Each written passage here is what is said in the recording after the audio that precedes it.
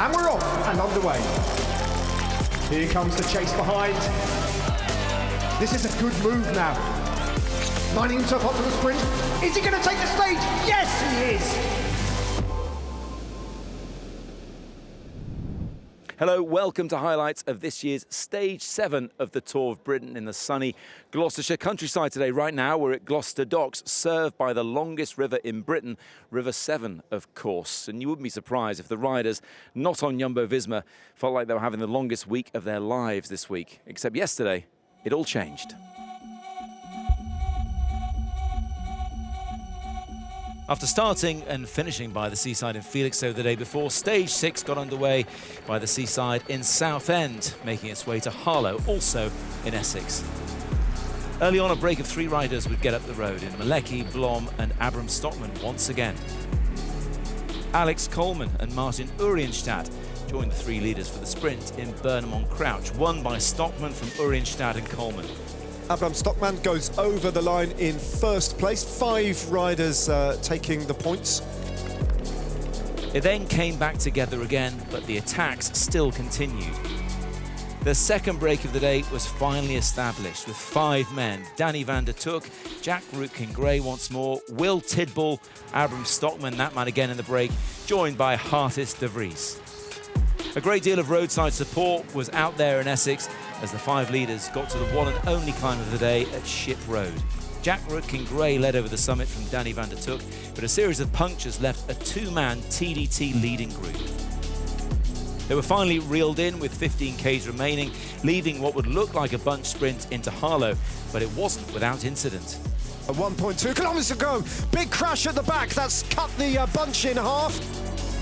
Coy on the back foot. Vernon bumping and bashing with Olaf Coy. Vernon close to the front. Vernon hits the front. Vernon from, wow, that was Van Poppel, I think, and Vernon in a replay of the sprint for second place yesterday. How tight was that from Vernon? Despite no stage win today for Jumbo-Visma, Wout van Aert remains at the top of the general classification and will stay in the red, white and blue leaders jersey going into Stage 7 in Gloucestershire. Ethan Vernon, the highest placed British rider, remains second on the podium, rounded out by Van Aert's Dutch compadre Olaf Koy. David Miller joins me now here in front of the beautiful setting of Gloucester Docks. A lovely day for the racing today. But David, let's reflect on yesterday. Another day and another winner finally, and not a winner from Jumbo-Visma. No, it wasn't. I think for the first time we saw Wout van Aert a little bit less strong than he's been in the past. Everyone managed to get the jump on Jumbo-Visma. But other than that, it was exactly the same as it's been every other stage. They were able to control it with a bit of luck, thanks to all the riders puncturing the breakaway. But I think they still had it under control. Danny van Poppel admitted to me after the race that they're having a difficult week. So quite a relief for him, quite a relief for Bora Hansgrohe to at least get a stage here. Yeah, I mean, we were talking about it in commentary. I mean, the word on the street is that there's a lot of turmoil in that team. So it was a magnificent victory for Danny van Poppel personally, but above all for the team. To get one over on the best team in the world is really impressive. Jumbo-Visma very much holding that title right now. So let's have a closer look at the team who are dominating not just this race, but the whole cycling calendar at the moment. Our secret is that we work already for long years, almost with the same stuff. We are open for innovation. Olaf Koy, the winner! Experienced riders, but also a really big young talent as Olaf Koy. And yeah, we see it's a great mix. Koy, 3 out of 3. Olaf Koy hangs on and makes it 4. We show videos every day. We have an evaluation and to become better for the next days. Wout van Aert, only he can do that. We are open to each other, also when it's not good, and we have really strong riders. Clearly, we are proud of being part of this team, and we put all our effort into trying to get better and better. Same goes for everyone in the team, so all the staff, all the soigneurs, all the mechanics, they're all working, of course, really hard to get the most out of what their task. It's an achievement of hard work and everybody around us in the team. We try to prepare always until to the maximum, and yeah, it's incredible to show that off in the races. After 6 days of racing, you start feeling a little bit, of course, and clearly with today and tomorrow being the hardest stages, yeah, we're probably going to feel the legs, but should be okay. David, we've witnessed the dominance on British roads this week of Jumbo-Visma, Wout van Aert and Olaf Koy, but also the rest of the team. At the same time at the Vuelta, they could end up with all 3 places on the podium. They are an incredible team.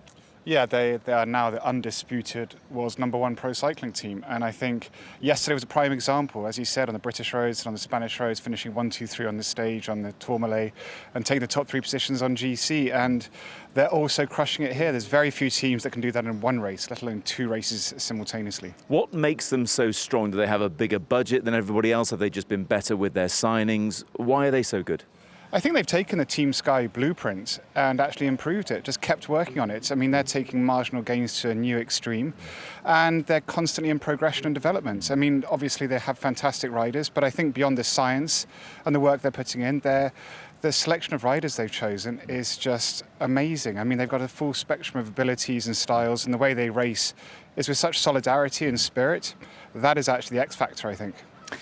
Olaf Koy 4 in 4 at the start of this year's race, but we have left the flatlands behind. It's going to get hilly today and tomorrow. So let's have a closer look now at today's Stage 7 in Gloucestershire. A much lumpier and bumpier affair. The stage sees some decent climbing with 2 Cat 2 climbs, including Winchcombe Hill, averaging just under 10% gradient. The race then heads in a southwesterly direction through the countryside before turning north to tackle the stage sprint at Dursley and the second King of the Mountains climb at Crawley Hill. The late uncategorised climb at Painswick may prove a surprise, and with a max gradient of almost 16%, it could offer a launching point for a last-minute attack into the finish. An extraordinary riverside town with a rich, vibrant history and a beautiful waterside setting, Tewkesbury's heritage is clear for all to see. The number of buildings listed as being of special architectural or historical interest totals more than 350. Its abbey has overseen Tewkesbury for 900 years and is one of Gloucestershire's most popular tourist attractions. Located on the River Severn, Gloucester is the most inland port in the UK. It has a proud industrial past, intertwined with a rich history that dates all the way back to Roman times.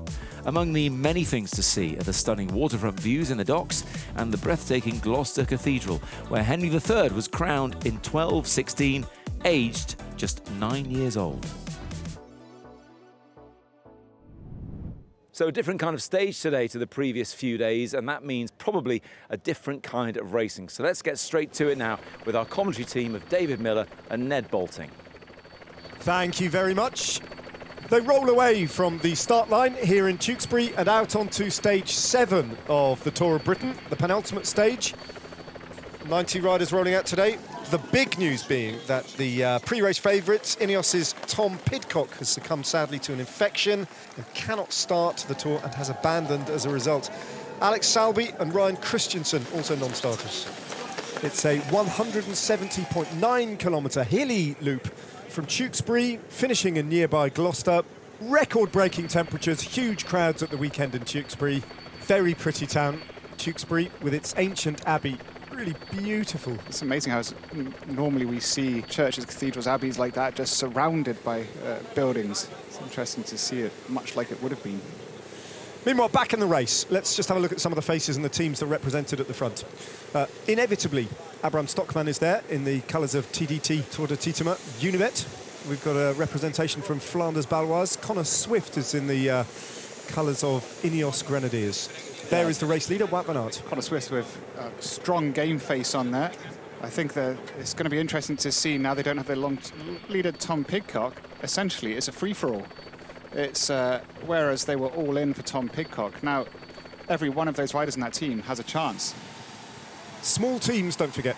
Even with all their riders, if we've read the tea leaves correctly about this stage and what the peloton might be expected to approach it tactically with, it's kind of the peloton against Jumbo-Visma. Yeah, it is, and especially when we see the workload their 2 key men have done all week, Jos van Enden and Stephen Kruijswijk. But the bottom line is, I think they're going to have to work a lot harder today, and it's whether they can do that. Ryan Mullen dropping back. It's such a hot day at the Tour of Britain. It really is. Of course, this is the stage that we would have raced last year had the race not been curtailed due to the death of the Queen.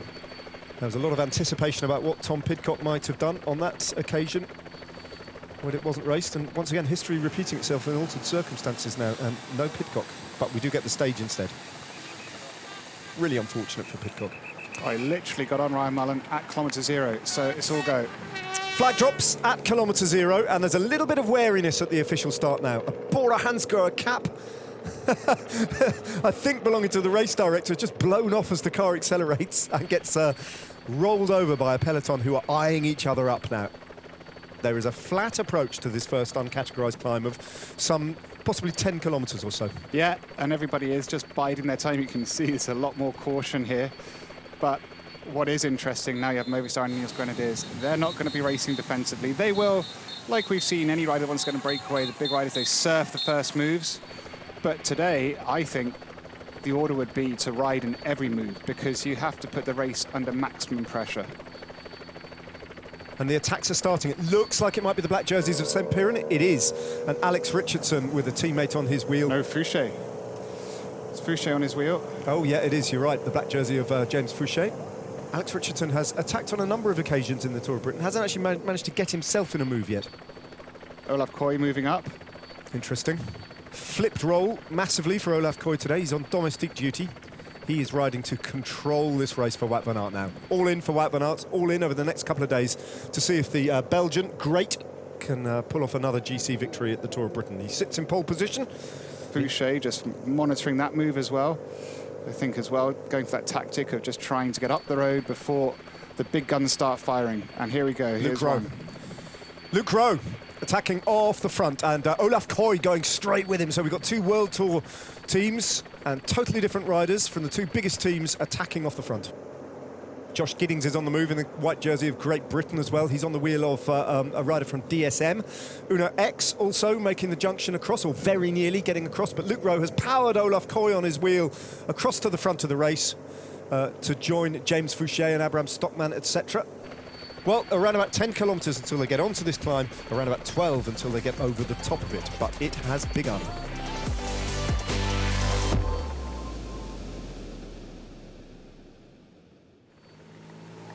Welcome back. On the road to the first climb of the day, Abraham Stockman waited for teammate Hartis de Vries to join him in the lead with James Fouché, and there were several attacks from the peloton, resulting in a group of chasers.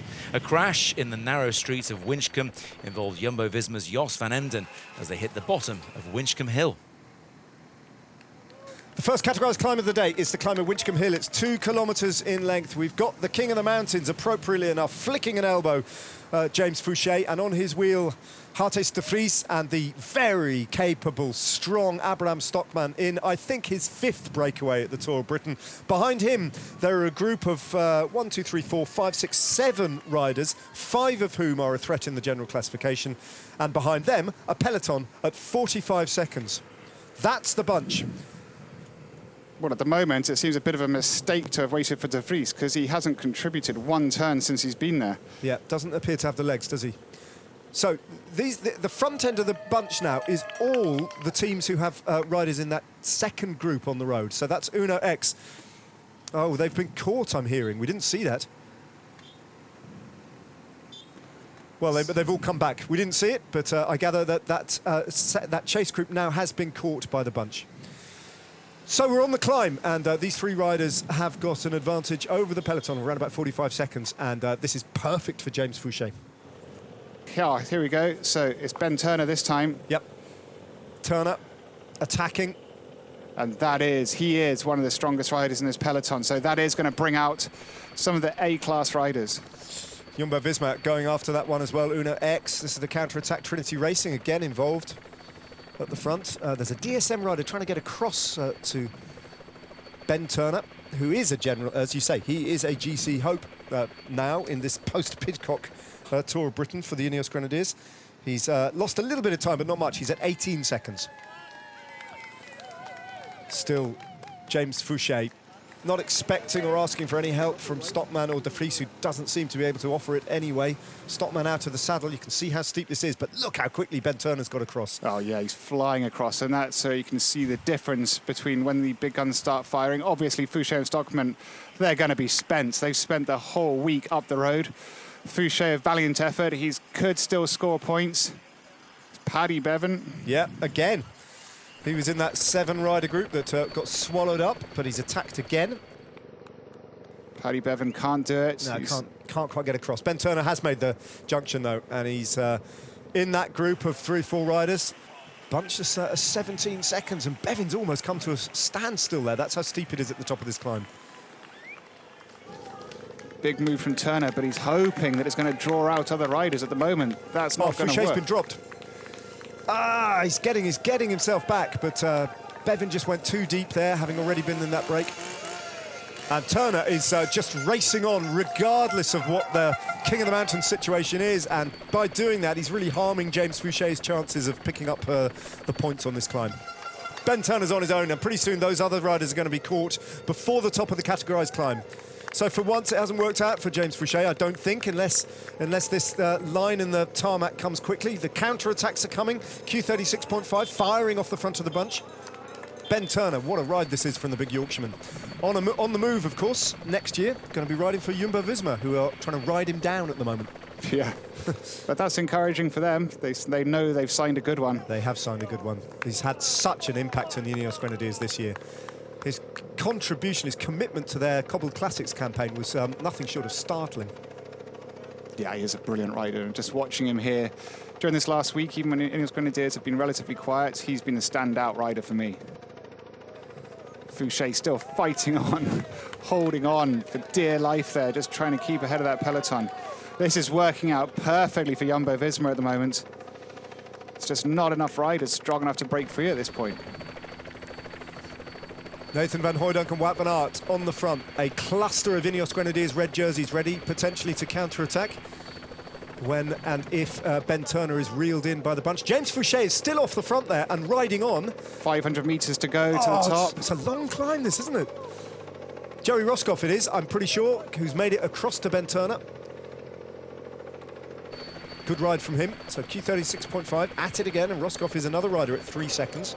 And on the road, he's the virtual leader of the Tour of Britain at the moment. But this is impressive from James Fouché to be able to do this.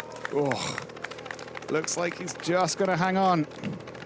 And it won't be first place that he gets. It, at best, is going to be third place, which would earn him another 4 points in the King of the Mountains. Oh, it is Mark Donovan. My apologies. So Mark Donovan, the Cumbrian rider, has made it to the front, not Joey Roscoff, and those two are working together.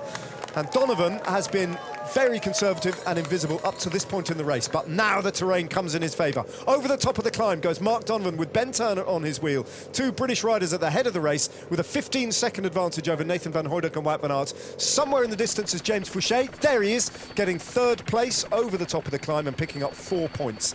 And there is the bunch. So it's tight, but that was the story of Winchcombe Hill.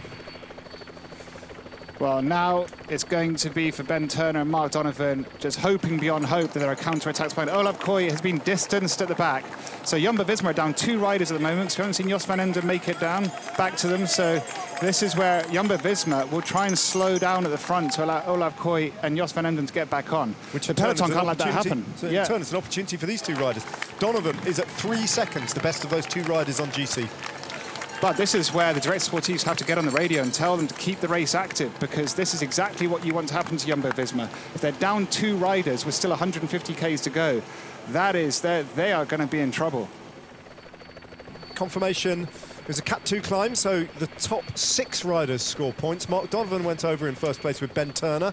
Then there was a little bit of a gap. James Fouché held on bravely to pick up third place, and that's the most significant name on those top 6 riders over the top of the climb. He picks up 4 points, moves to 41 in the King of the Mountains competition.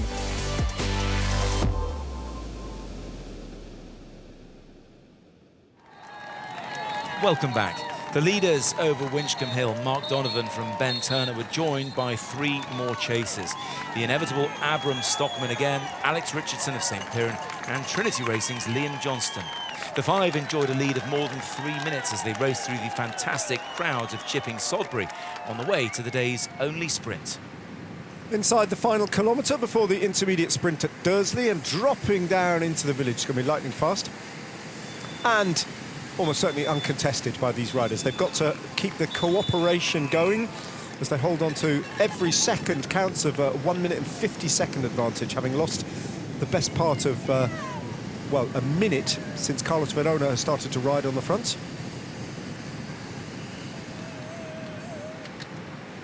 Might well be that Abraham Stockman will move to the front and roll through the line in first place, the rider from TDT Unibet, but none of them will want to disrupt the harmony within this group.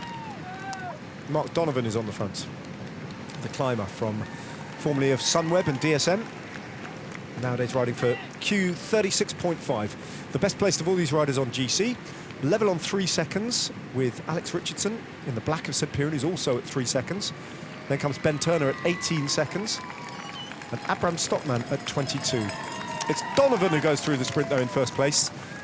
And on his wheel, the rider from Trinity Racing, Liam Johnston, the Australian. And then Abraham Stockman, this time settling for third place over the sprint. Just confirmation then of the 5 riders in the breakaway, scooping up all the points in the points competition, and Donovan rolling over the line in first place. And here it is, the start of the categorised climb. We've waited a long time since Winchcombe Hill, and now we're on to the next categorised climb, the final categorised climb of the day. It's a Cat 2 climb, it's Crawley Hill, 1.7 kilometres in length, at an average of nearly 7% the gradient. Richardson talking to Johnston. And the bunch now being led by Bora Hansgrohe and Uno X at 1 minute and 30 seconds. Yeah, that pace alone 12%, so this is not an easy climb. That's steep. Turner and Donovan now already find themselves on the front, but riding a controlled pace, no attacks just yet. Stockman still comfortably able to live with the pace being set by Ineos Grenadiers' Ben Turner at the moment. Well, it does seem that at the moment Ben Turner and Mark Donovan not making a difference, and perhaps thinking it's better to try and get as many riders over this as possible, the way the race is unfolding. This has been a big day out for these 5 riders. And now Jumbo-Visma off the front, being taken over by the positioning of the other teams. Bora Hansgrohe and Uno X just leading in. But as you say, probably 2 different tactics here. Bora Hansgrohe wants to keep it together, set a high pace, try and get Danny Van Poppel over the top of this climb with the group. Whereas Uno X, are they going to be aggressive? Well, they missed the move, Uno X. They would have been banking on getting a rider in that 5-man break. They didn't. They've sat back. And now what are they going to do? What are their tactics? Carlos Verona just pushing them out of the way and trying to reassert control for Movistar on the front. Jumbo-Visma just dropping back a little bit. Olaf Koy, though, well positioned on the left-hand side of the road with a couple of Ineos Grenadiers riders tucked in behind him. But Bora Hansgrohe at the front of the race with Ryan Mullen on the right. Carlos Verona doing a huge ride as they pass that 12% sign. He's still on the front, looking strong. No teammates near him, though. Niels Pollitt, let's not forget, also for Bora Hansgrohe. He's also at 3 seconds, and he can get over little climbs like this as well. So they've potentially got 2 irons in the fire. Danny Van Poppel and Niels Pollitt. Well, surely Niels Pollitt's job will be to mark moves. These 5 riders, I don't know if Mark Donovan, Ben Turner, having a look at each other. I don't know if they can do anything on here. I think this has been such a big day out. They've got not much left to make any difference. Definitely looks that way, doesn't it? Liam Johnston's looking good, and so too is Alex Richardson, but the time gap's coming down fast now, 1:08. As the climb just kicks up again. You can see there how steep those gradients are on Crawley Hill. Yeah, this is a tough climb, and hopefully it's going to instigate, and it's there. They are using Olaf Koy, so this is what they've waited for. Kruiswijk's done. So it's Koy, and then Van Hooydonk, and then Van Aert. Alongside them, Uno X, but there is a trio of Jumbo-Visma riders beginning to motor as they hit the steeper slopes of this climb. So interesting that Kruiswijk Luke Rowe dropped. Done, letting his team know. Signing off for the day, Carlos Verona dropped 2 as well. 4 riders from Uno X towards the front, and just 1 rider there from Bora Hansgrohe. Van Hooydonk losing the wheel of Olaf Koy there. Wout van Aert is moving up. He's accelerating himself. Van Aert's isolated already. Van Hooydonk's dropped. So too is Olaf Koy, and Wout van Aert appears to be taking the race up. At the very front, though, it's all together, but Serrano is going with him. So it's Carlos Rodriguez. Carlos Rodriguez on his wheel. Or four, that's, yes, 2 there. So we've got Magnus Sheffield. And Carlos Rodriguez from Ineos Grenadiers. Able to follow Wout van Aert for now, with Carlos Serrano there too. Alex Richardson's dropped from the front of the race, as now Ben Turner puts the hammer down a bit and puts Johnston and Stockman into a little bit of difficulty. So Wout van Aert now has no more teammates left. Olav Koy, distance. Looked like Van Hooijdonk was having the same problems. So the race is now on and being made by Wout van Aert. And they've got a lot of the climb still to come, Wout van Aert, to do a bit more damage in this group, but he's prized maybe 10 riders clear of the rest. As Donovan now takes Ben Turner on his wheel, and a good climb from the Australian, from Liam Johnston, and classic strength from Abraham Stockman to live with these 2 riders. Only Alex Richardson has been dropped. That's the top of the climb, and Mark Donovan will take them over the top of it. Great ride from Johnston and Stockman. Donovan and Ben Turner not asking any questions, not making attacks, just trying to keep the pace high. But Wout van Aert just not getting off the front here. Magnus Sheffield is the rider on his wheel, the American. That's Damien Howson as well from Q36.5. Ethan Vernon has been dropped, and Casper van Uden. So the sprinters dropping like stones as Wout van Aert comes over the line, I think, with Rasmus Tiller and Magnus Sheffield, Damien Howson. And that's Stevie Williams of the Great Britain team as well, who's just about hanging on to Wout van Aert's elite selection that he's forced on this climb. He's dropped Oscar Rodriguez, Carlos Rodriguez. So he's now got a strong move. And Serrano's gone as well. Yeah, so he is literally just not with any significant jump. He's just ridden up there and ridden the race, majority of the race off his wheel. Now what does he do, though, Wout van Aert? Well, he's got to hope he's got other riders in there interested in going for the stage win and moving up on GC. So he is now counting on the fact that he's just got a bunch of leaders with him. Now, I imagine that is Gonzalo Serrano, and that's Carlos Rodriguez in the chase group. Sheffield obviously not going to ride. He's got Ben Turner up the road. Everyone just having a breather there. Alex Richardson, is he going to make it back onto that group? Big ask, but maybe possible. Well, he'll ride on, knowing Alex Richardson. Danny Van Poppel was another casualty of that pace as well. Bodo Hansgrohe missing that Van Aert selection completely. Well, very interesting situation now in the peloton, because who's going to ride? You've got Magnus Sheffield there, who's just going to sit on the wheels. No one's going to want to tow him. He's got a teammate in front, a teammate behind. So at the moment, Ineos Grenadiers in very good position. They really are. They really are. Ineos Grenadiers are going into today's race, don't forget, without Tom Pidcock. But, and it's a significant but, Wout van Aert will know, everyone will know, this is just the first of a couple of climbs in the final 25 kilometres. There's one more similar climb to come. This was the order over the line on Crawley Hill. Mark Donovan ahead of Ben Turner, Liam Johnston, Abraham Stockman, and Alex Richardson from the breakaway. And Wout van Aert headed that chase group when they got there and picked up 1 point.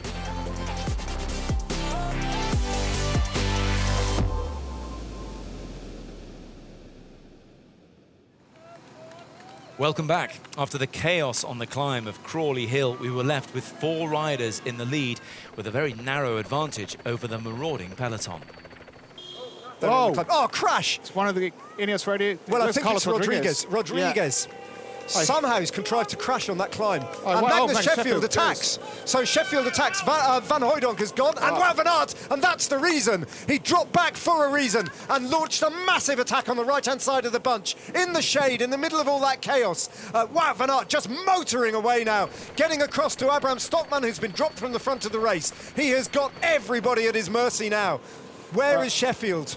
There he is. He's the rider trying to close it down. So I wonder if Carlos Rodriguez came down, because Van Hooijdonk pulled off so abruptly. And then Wout van Aert has just immediately, that's happened. Wout van Aert has just dropped bombs. He's just exploded the race now, and he's pushing on, Wout van Aert. Still got a bit of this climb to go. Good reaction from Donovan and Turner, though. Turner turning himself inside out to get onto the wheel of Van Aert and achieving it. So Turner, somehow, with Donovan on his wheel, have got back on terms with Wout van Aert. Oh, huge ride from Turner and Donovan.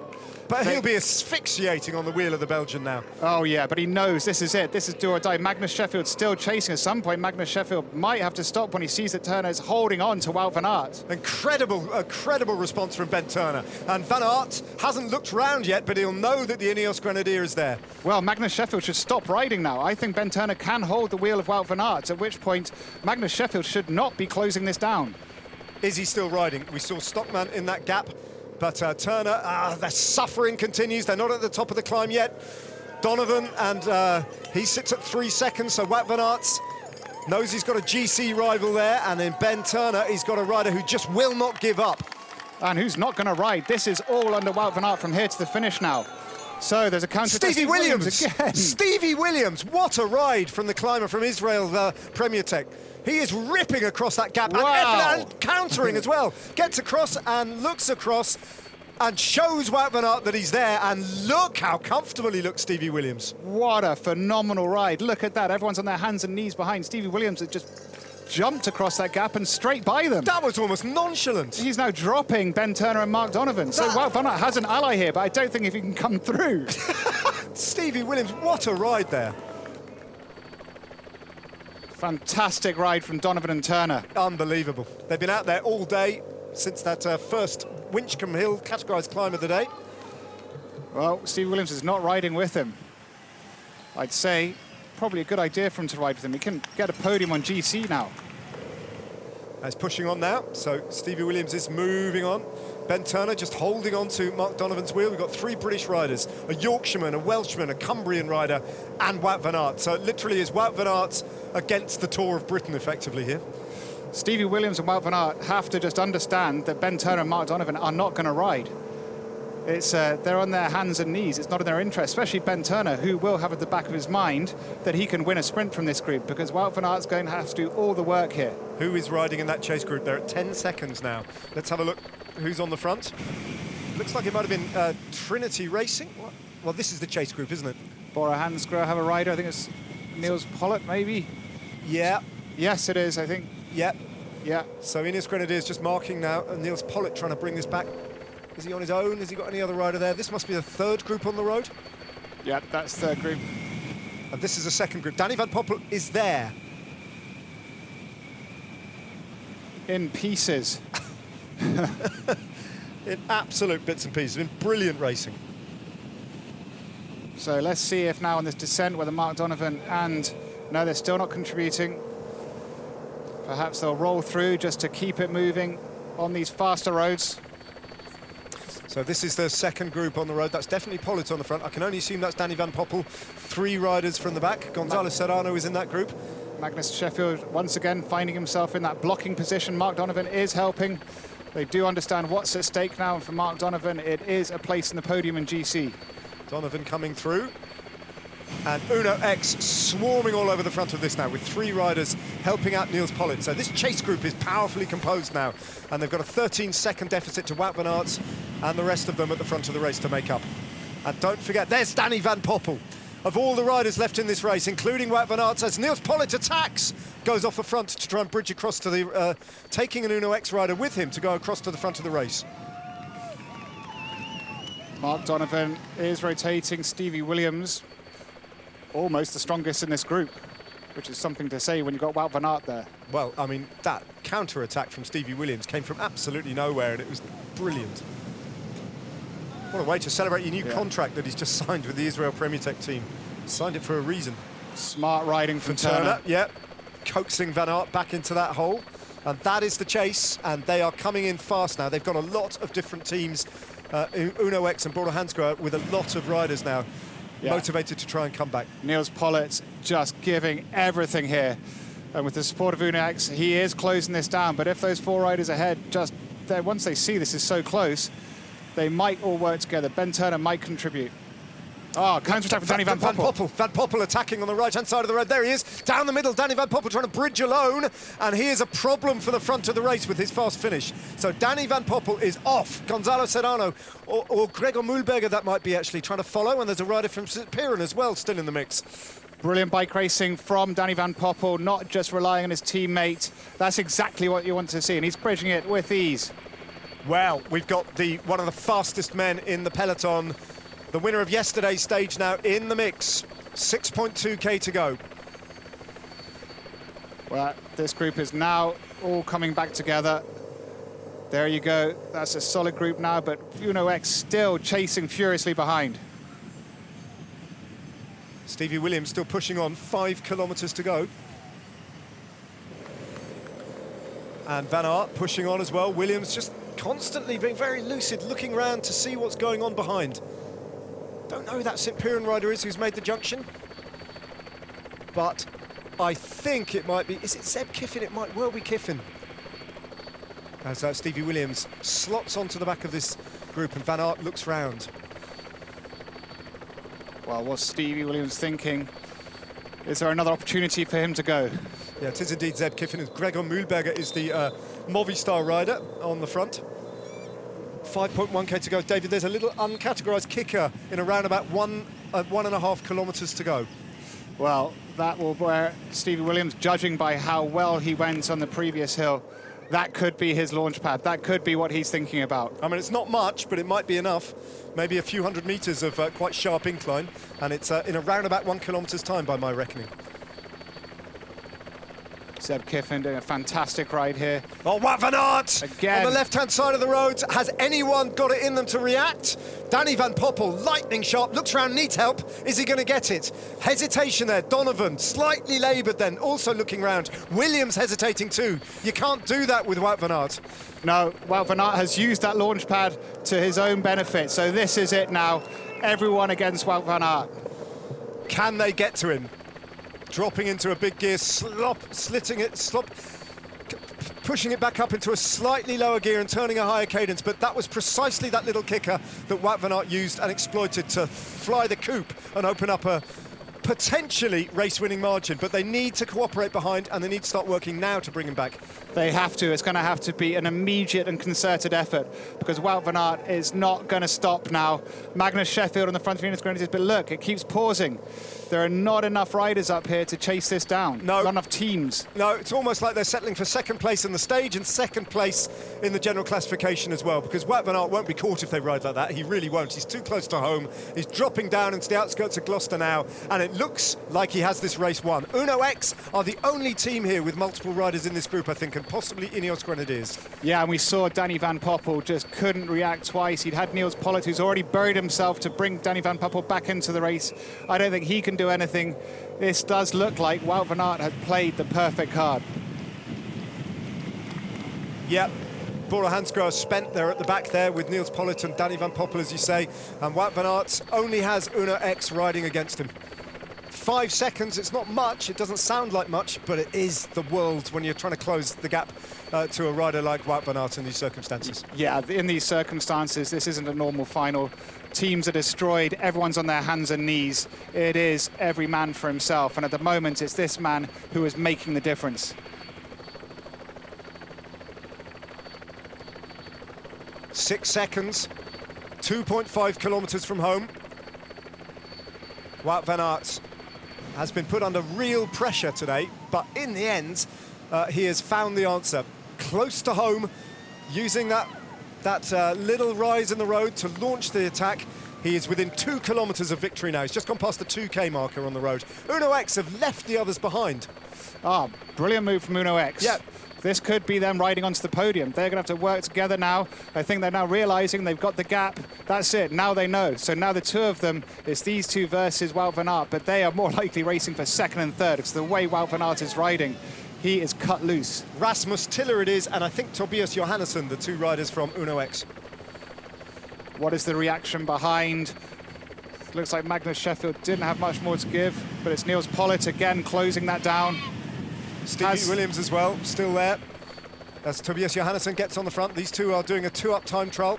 Still 5 seconds, they've clawed 1 second back on Wout van Aert. And if Van Poppel is still there, with Pollitt just bringing him up, Pollitt's going to get on the front now. Maybe this isn't over after all. Oh, they're coming in. And Danny Van Poppel is in that pack, and Wout van Aert will be aware of that, and Pollitt can use Wout van Aert as a target here. That red, white and blue jersey, he is locked onto it, and he is bringing everybody back in the confident expectation that his teammate Danny Van Poppel from this tiny reduced group would win the sprint. Oh, he's sitting up Wout van Aert. Wow. So he's looked around and seen Niels Pollitt, understands that Niels Pollitt can't make him to make it. So Niels Pollitt doing an incredible ride here. Van Aert, is that a deliberate sitting up or are the legs just fallen off? Legs have fallen off. The amount of efforts he's done in these last 15 Ks is just enormous. So, who wins from here? Rasmus Tiller himself, the bigger of the two Uno X riders, has got a furious sprint on him. Danny Van Poppel, though, yesterday's winner in Harlow, just coming into the bottom of your frame there. Van Poppel, what a ride this is from Bodo Hansgrohe after all of that. They come past Wout van Aert, and Niels Pollitt pushes on. Is Wout van Aert going to get... Is he going to be able to slot back in here? He will slot back in, but he's not going to take part in the sprint. He's just got to make sure he's not time gap. That is a small group. He's going to have to hang on to the back of that group. And they're opening up. It's Rasmus Tiller who opens up the sprint with Tobias Janssen. Tiller hits the front. Rasmus Tiller, Danny Van Poppel. Tiller holds on. Uno X riding to victory. Van Aert just about ensuring that there's no timed gap there, but beaten out of the top 10 placings. And Uno X get a win at the Tour of Britain that poses all sorts of questions about what might happen tomorrow as Jumbo-Visma prove themselves to be mortal after all. And here comes the big second group on the road. It looks like Bob Donaldson is there from Trinity Racing. Casper van Uden sprinting alongside the Italian sprinter from Q36.5, Parisini, by the looks of it, who wins that sprint. There you can see Niels Pollitt just having done that huge turn. Danny Van Poppel in perfect position. Look at that, but it's the lead out from Uno X, and when Tiller goes, no one has anything on him. The strength, look at that, is leaving Danny Van Poppel behind. By the way, look at Stevie Williams' sprint. Third place for Stevie Williams. Well, thank you very much, Gloucester, for a real humdinger of a finish. Well, a brilliant victory for Uno X and Rasmus Tiller, out-sprinting Danny Van Poppel, and a great sprint as well for Stevie Williams to finish in third place ahead of Gregor Mühlberger. Magnus Sheffield, the best of the Ineos Grenadiers, down in 8th over the line. Rasmus Tiller finally gets a victory for Uno X and celebrates his win. General classification taking a shake-up, but Wout van Aert still has his 3-second lead intact. Now to Danny Van Poppel in second place, but Tiller and Johannesson move up to third and fourth. 3 Brits still in the top 10. Olaf Koy of Jumbo-Visma still has the lead in the greencottages.com points jersey. Magnus Sheffield of Ineos now leads in the white Sportive Breaks Best Young Rider jersey. And James Fouché of Bolton Equities Black Spoke is 1 day closer to winning the black Pinarello King of the Mountains jersey outright. Joined here in Gloucester Docks by the winner of today's stage, Rasmus Tiller of Uno X. Rasmus, a great win, and that's how you beat Wout van Aert. Talk us through it. Yeah, we knew it's going to be a different day today. The second last climb was really steep and hard, and yeah, Jumbo, the break still had like 1.5 minutes, so Wout needed to do something himself, and he attacked, and yeah, I was not able to follow. It was really tough, so Tobias was there, and I tried to ride as good as possible up the climb, and I was in the second group, and then Bora didn't have someone there, so they needed to pull, and then luckily we catch the group again, and then Wout went again, and yeah, we knew that when he's getting a gap, then it's going to be difficult to bring him back, but yeah, we managed to cooperate to get together behind, and yeah, on 500 meters we catched him, and Tobias did a really great lead out, so yeah, it was really nice to win. Yeah, a little nod of appreciation for Niels Pollitt there, not on your team, but no, he did the lead out really, didn't he? Yeah, Niels was really strong, and yeah, he worked for Van Poppel, so for us it was really good that he could help us. Otherwise it would be difficult to catch Wout, so yeah, he did a really amazing pull the last kilometer. Rasmus, stay there because we'll get your ideas on stage 8 tomorrow, but first let's have a quick look at the route through South Wales. The final stage of the Tour of Britain sets off from the picturesque Margam Country Park in South Wales. Heading anti-clockwise, the route heads inland for the sprint at Cowbridge, passing through Bridgend and the Vale of Glamorgan. The first KOM Category 1 climb is at the famous Rhy Gorse, followed 19 kilometres later by another at Bryn D. The sting in the tail comes with a double ascent of Caerphilly Mountain, with an average gradient of just over 10% across its 1.3 kilometres. After a grueling 166 kilometres, the Tour of Britain concludes in Castle Street. So Rasmus, you could be forgiven for thinking that England and Wales is pan flat after the early stages of this year's race. It got a bit hillier today in Gloucestershire, but tomorrow 4 Cat 1 climbs. How do you fancy it? Yeah, I think tomorrow is going to be a harder day than today. So yeah, it's I think all the GC will decides tomorrow. So yeah, it's going to be a really tough stage, and but we will try our best. And we have Tobias who can follow the best in the climbs, and yeah, I will try to stay as long as I can, and hopefully be there in the end. You were the best today. Chapeau to you, Rasmus. Thank you very much indeed for talking to us. Thank you. Live coverage here on ITV4 of the final stage of this year's Tour of Britain, 11 tomorrow. Highlights once again at 8. For now, thanks for your company. We'll see you then. Bye-bye.